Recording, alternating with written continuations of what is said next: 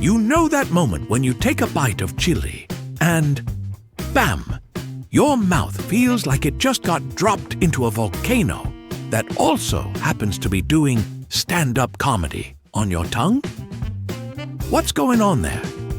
Why does something cold from the fridge suddenly feel like molten lava? We're about to find out. Keep your milk nearby. You might need it. I'm Professor Everything, and today we'll be answering the question, how does chili make your mouth hot? Right here on Explaining Everything.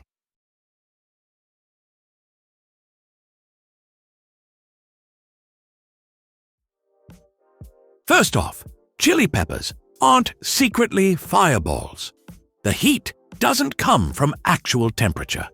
Instead, the villain behind the scene is a little molecule called capsaicin. This compound, found naturally in chilies, is what gives them their signature scorch. Capsaicin is colorless, odorless, and more slippery than a weasel on a water slide. And when it hits your tongue, things get wild. It doesn't speak the language of taste. Instead, it hijacks your pain sensors. Inside your mouth, tongue edge, soft tissue, live special nerve endings that are meant to detect actual heat, like when you sip boiling soup or accidentally lick a stove. These nerves have a receptor, TRPV1, whose normal job is to shout, "Hot! Fire! Get away!" when things get dangerously warm. Capsaicin is a total imposter. It binds to TRPV1 and triggers the same reaction as real heat. The receptor opens up, ions flood into the neuron, and a pain signal rockets up to your brain. Your brain receives the message, "Danger! Mouth burning! Activate fire extinguishers." And boom! You feel like you just stuck your tongue in a flamethrower. So even though the chili is at room temperature, your brain gets fooled into thinking you've just eaten molten magma. Sneaky capsaicin. Sneaky. Not all chilies are created equal. Some whisper, "Mild tickle." Others roar, "I am the apocalypse." The difference? How much capsaicin they pack. The more capsaicin per bite, the more intensely TRPV1 receptors get triggered. That's why a bell pepper, 0 capsaicin, tastes like nothing more than crunchy sadness, while a ghost pepper might have you hallucinating dragons on your roof. Also, fun fact, capsaicin isn't evenly spread. It's usually concentrated in the membranes around the seeds, not in the seeds themselves. So it's not just eat the seeds equals more heat. It depends heavily on how the chili's insides are structured. And here's the wild part. Your tongue is basically a reality show judge whenever you eat chili. Every pepper steps on stage, and your mouth decides if it's meh, okay wow, or call the fire department. The Scoville scale, which measures chili heat, is literally based on how much a chili needs to be diluted before a human stops screaming. Imagine a scientist in a lab going, "Nope, still hot. Nope, still hot. Oh, look, tears. Nope. Okay, finally, this batch is safe." It's the most chaotic scientific method ever invented, but it works. When you eat something spicy, your mouth goes full drama mode. Pain plus heat plus small panic.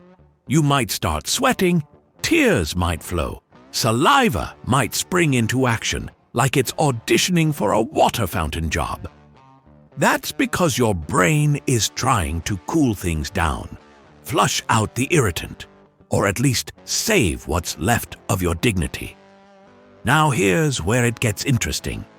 If you eat hot stuff frequently, your nerves can kind of get used to the capsaicin assault. The TRPV1 gates don't swing open quite as dramatically. Result: chilies that used to send you running for milk now feel like a warm hug. In science speak, you become desensitized.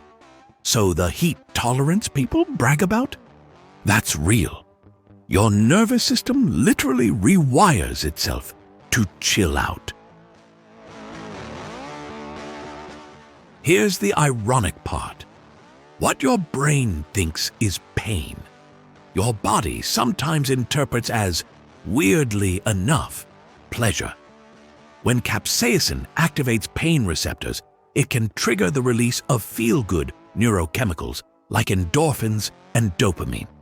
That's the same reward circuit that makes people love roller coasters or horror movies. So eating chili becomes like doing controlled self-punishment that also gives you a guilty pleasure. Also, from an evolutionary perspective, the spicy heat probably evolved in chilies as a deterrent against animals eating them. But humans? We're weird. We not only survived, but turned ouch into oh yes. To sum it up, chili doesn't actually bring fire to your mouth. Instead, it sends in a chemical ninja, capsaicin, that hijacks your heat sensors, TRPV1, tricks your brain into panicking, and makes you swear in multiple languages. All without breaking a sweat. And if you keep coming back for more, your brain eventually gets bored and lets you chill. And maybe, just maybe, that's why we keep eating chilies, even when we know we'll regret it 5 minutes later. So the next time you bite into a chili and feel your soul briefly exit your body, remember, it's all just a numbers game on the Scoville scale. And if the pepper scores high, well, your tongue is about to experience its own personal season finale. If you like this video, hit that like button and subscribe. Also, if you have suggestions for our next video, feel free to share them in the comments below. We'll be sure to give you an acknowledgement for your contribution. If you enjoyed this video, please check out our other binge-able channels. Thank you for tuning in, and join us next time here in the channel that answers all the why, what, who, where, and how questions you've always wondered about, here on Explaining Everything.